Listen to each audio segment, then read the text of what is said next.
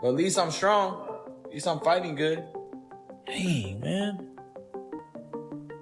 Bro, why am I standing like that? But I do look strong, though. I do look strong, though. Your mind is burning energy. Yeah. You physically burning energy because you know, right? Even if he just touch you in the arm, you know, based on what you've been hearing through the whole press conference and through the whole fights he had before then, yourself, that you better not get hit. Yeah. See, power rules everything around you. One thing about power, you can lose all the fights, all the rounds, and that power. But I'm going to pick Garcia to win because I think the talented Garcia, the one that we always want to see, is going to show up. Ryan Garcia has revealed a muscular physique ahead of his September 12th title defense against Conor Benn. Hey, guys. We're back at it. What if the biggest story surrounding Ryan Garcia right now isn't Conor Benn, isn't the world title, and isn't even the fight itself, but the version of Ryan Garcia that suddenly seems to be showing up behind closed doors? Because something has changed, and you won't believe how many boxing insiders keep circling back to the exact same question. Who is this Ryan Garcia? How did you think that fight was going to play out? I thought the fight was going to play out, and I anticipated the fight playing out where Ryan will use all the attributes that he has to his best ability. What I mean by that is stay out, Length, stay outside, speed. Remember, don't admire your work, right? Don't be the squirrel with your head up looking for something. Right. Keep it down. He mentioned it working in training, that they was working on that, they was focused on that. Reporters was asking, you going to keep your head down? Of course, that's the easy thing to ask, but that's what he was known for. I wanted, and I believe Ryan when he said he's going to box him. He's not going to get into his emotions and try to show bravo like. We've seen the photos, we've heard the confident talk, we've watched the training updates, and now everyone is staring at the same thing. Garcia looks bigger, stronger, sharper, and potentially more locked in than ever. But here's where the story gets interesting. The faster legs, the fresher legs, the more explosive guy, the more dangerous guy. He's going to be that. The problem with him and trying to handicap his fight at this point in his career is who's going to show up? Which Garcia is going to be that talented kid that we all talk about and we wanted to see and we thought he might be great one day? Is it going to be him? And then all of a sudden he disappears? The people who know boxing best aren't simply celebrating the new physique. They're nervous about what happens when all that physical ability finally meets discipline. And this is where it gets worse, because Teddy Atlas basically dropped the one sentence nobody wants attached to Ryan Garcia's name. Which version is actually showing up on fight night? Let that sink in. Yeah, hell yeah, me too. His power is crazy. Shit, honestly, bro, like that's a tricky fight, bro, because like Ryan Garcia, he too damn unpredictable too. You understand what I'm saying? Like you don't really know what version of Ryan Garcia you're gonna get. Now he looks like he's focused and locked in. Like this is his first time fight for a world champion. We're fighting for a world title. So like I expect him to come like on his real age, like on his age, like on his P's and Q's. You know what I'm saying? But shit, bro, it's a 50-50 fight, bro. And you ask me. This isn't a question about whether Garcia has talent. Nobody is debating that. Speed? Ridiculous. Power? Absolutely real. Athleticism? The man can move like someone accidentally installed fast forward, but consistency? That's the mystery box.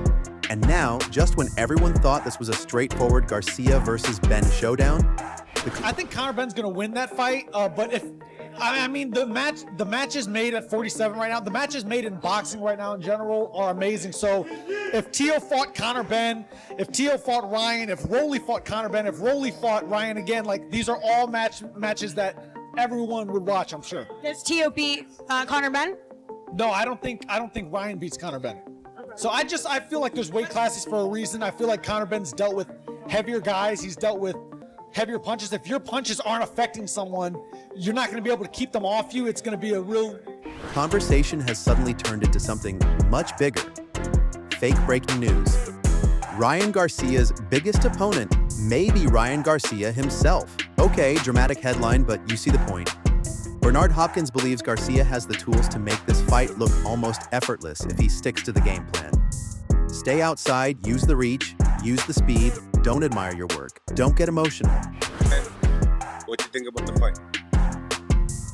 I got Ryan Garcia, Team Golden Boy. I like Conor Benn, no disrespect to Conor Benn. I just think Ryan has more attributes to his game. I do think, though, if Conor Benn catches him with a nice shot, some nice flurries, it could be a change of that fight. Almost something similar to that Rogan fight. Just a little more, Conor Benn has a little more pressure. But I'm going with Ryan for that fight. Yeah, you feel like he stops him? It could. Like I said, boxing is boxing. Anybody can stop anybody. So do I favor a knockout over decision? No. But I do think Ryan possesses the... Don't turn the fight into a street-level argument with gloves on. Sounds simple, right? Except boxing has a nasty habit of turning simple plans into absolute chaos. And Conor Benn is exactly the kind of opponent who could make Garcia's night uncomfortable. Benn doesn't need to be the flashiest fighter in the building. He needs to make Garcia work. He needs to close the distance. Weight in it. This is more his weight, Conor's weight. Ryan Garcia, a little bit light before going up his full that. It's an exciting fight. It's two serious characters, but both can fight and they want it, and they're not going to disappoint. How much of a chance do you give Conor in that one? Yeah, I gave him a good chance. You know what I mean? I gave him a good chance. It's not like I'm saying. I do lean towards Garcia winning the fight. I do. You know, especially because his last fight he boxed well, but the fight before he didn't box so good. But I just think that he's, you know, rise to the occasion. You know, the champions, and I think that we're going to see the best of both of them. He needs to make those beautiful combinations happen at close range, where the highlight reel version of Garcia suddenly has fewer places to hide. And fans are already debating whether Benn's pressure could expose a completely different side of this matchup. But then comes twist number one. Pressure. He's feeling good about the pressure. He's not worried about that, like you said. But at the same time, he sees a weakness in Garcia to where he's saying, hey, you quit. I know you have it in you. Right. I can make you quit, right? I have that determination, that will, right? That will to win. He's not as talented. As he has some talent, but not as much as Ryan Garcia. He's not as explosive either, right? And I don't think he hit as hard as a Ryan Garcia, but that determination and that will, and if he can close that gap on him, bro, trust me. The weight. Nico Ali Walsh looks at the fight and basically says, hold on, there are weight classes for a reason. Benn has experience dealing with bigger opponents and heavier punches. And if Garcia's power doesn't immediately create respect, what happens next? Well, it was hopefully not the last time we'll see you there. I don't know. I think we can see you doing it. Like, well, Gogan's there having a whole career. Who knows? Who knows, right? But obviously, you just finished the commercial shoot for the fight with Conor Benn. What was that like? It was cool, man. We just did normal. Well, and I would say normal. It was definitely a higher budget type of promotion. Suddenly, the entire narrative changes because everyone loves talking about Garcia's left hook. But what if Benn can simply keep walking forward? What if the weapon everyone expects to end the conversation becomes the weapon Benn spends the entire night trying to survive? Him finish fights like that, does that give you confidence when you talk about yourself putting in 110%? No, I mean, I just like I don't think about what you're talking about. Yeah. I just focus on being the best fighter I can be, making sure that I'm in the best nick when I go into the fight. And when I see an opportunity to knock him out, I'm going to take it. And then the funnel for myself, obviously a lot of people sort of talking about yourself making 147 again, I guess from your camp, yeah, the weight. And just when you think that settles it, Floyd Schofield swings the conversation straight back toward Garcia. More attributes, more speed, more power, more ways to change the fight in one moment. That means we're right back where we started. Garcia could control everything from the outside, or Benn could turn the entire evening into a pressure test. I think Ryan Garcia. I know Conor. I think this is the best time for him. So, but Ryan Garcia is a special fighter. He's quick. I think this is the best moment for him. But the best moment for him is if he takes it serious way. You know, if he's serious and he takes this thing very serious, he cannot be a problem in that fight. But we never know. That's the problem with Ryan Garcia. We never know. You know what? Every person I've spoken to says the same exact thing. Same exact thing. So I'm excited to see that fight too. I hope I can come here next month to see that fight. But I don't think Ryan, he wanna be in trouble in that fight. I don't think so. He's quick, he has potential, he has speed, he has power. And he's huge, bigger than Conor. But it's this, only this. So There is no comfortable middle ground. Then Kell Brook enters the conversation and adds another layer. He gives Ben a genuine chance, but he still leans Garcia, suggesting Ryan could rise to the occasion when the stakes are highest. And that phrase, rise to the occasion, keeps appearing again and again. Ryan, who I see him very focused. I see him determined and ready, and I hear he's looking great. He really wants this, so I think we're gonna see a hell of a fight. Maybe there's gonna be knockdowns with either guy, but this is really a fight of who really wants it more. You have to dig deep down inside to and give a warning to Ryan Garcia and say, listen, if he's not fully locked in, then more quote-unquote consistent Ben could end up giving Ryan some trouble and maybe even winning the fight. As of right now, as of this show today, Ryan, I believe, is like a 4-1 favorite or 3-1, something around those odds, 3 or 4-1. Excuse me, Ben is a 3-1 underdog, Garcia is a 4-1 favorite. So anyway, and we're fighting for WBC welterweight title, which is Ryan Garcia's. This is going to be in Las Vegas. Big fight. And I think most boxing people, Robert, we spoke about this, most boxing people see Ryan as a heavy favorite in this fight. But Teddy Atlas, listen, Teddy knows what he's looking at. Teddy's got decades of wisdom. And he says, hey man, listen, Garcia can be inconsistent in fights. We've all seen that. And Ben, if he's nothing, he's in great shape and he's consistent. He brings it. So there is a path. How do you look at it? How do you see what's going on with Ryan? Almost like everyone is waiting for the same thing. Not a new Ryan Garcia. The Ryan Garcia they believe has always been hiding somewhere inside the hype. And then Tim Bradley throws gasoline onto the discussion. According to Bradley's analysis, Ben's determination could become the difference. Garcia may have the superior physical gifts, but remotely close to him, pound for pound to speed. I haven't seen speed like him since Amir. Amir's the quickest I've ever seen. Up close on, I've trained alongside him. You can't. It's and 4 punches of it. Yeah, like it's blinding speed. Like you've never seen speed like it. With Garcia, it's the left up that's the real power shot. My only issue with this fight is you don't know which Ryan Garcia is going to turn up. Because if the Ryan Garcia that got him with Rolly Romero turns up, that's going to lose. That's not going to be enough. Yeah, I rate Rolly as well because Rolly's a good fighter, but is Ryan interested? Is he bothered? Mentally, I think Ryan Garcia is all over the place. Mentally, I think Conor's so strong mentally. To get through what he went through for them years, he is mentally so strong. So Garcia is the favourite, and he's the overwhelming favourite because of the qualities that he has and the fundamentals that he has. Lightning speed. Ben has something that doesn't show up on a stat sheet. Relentless belief. If he can close the gap, Bradley argues, suddenly Garcia's advantages become much harder to use. And you won't believe the irony here. Garcia's greatest advantage might also create the biggest expectation. Because when you're known for lightning speed and explosive power, anything less than spectacular gets treated like disappointment. One great performance becomes the standard. One ordinary performance becomes a crisis. That's the trap of being Ryan Garcia. And then comes another fake breaking news interruption. Boxing fans have found the real question. He's one of those kids that we don't know. If he comes out and has that great training camp and great preparation, is in great shape, he could go out and win by knockout. But we don't know. We don't know. Ryan hasn't showed, there's fights where he looks sensational, but next fight he doesn't. And that just happened with Haney, and then the next fight against Rolly didn't look too good. So we don't know what we're going to see with Ryan. I hope to, I like Ryan. He's a great dude, Southern California, great kid, great.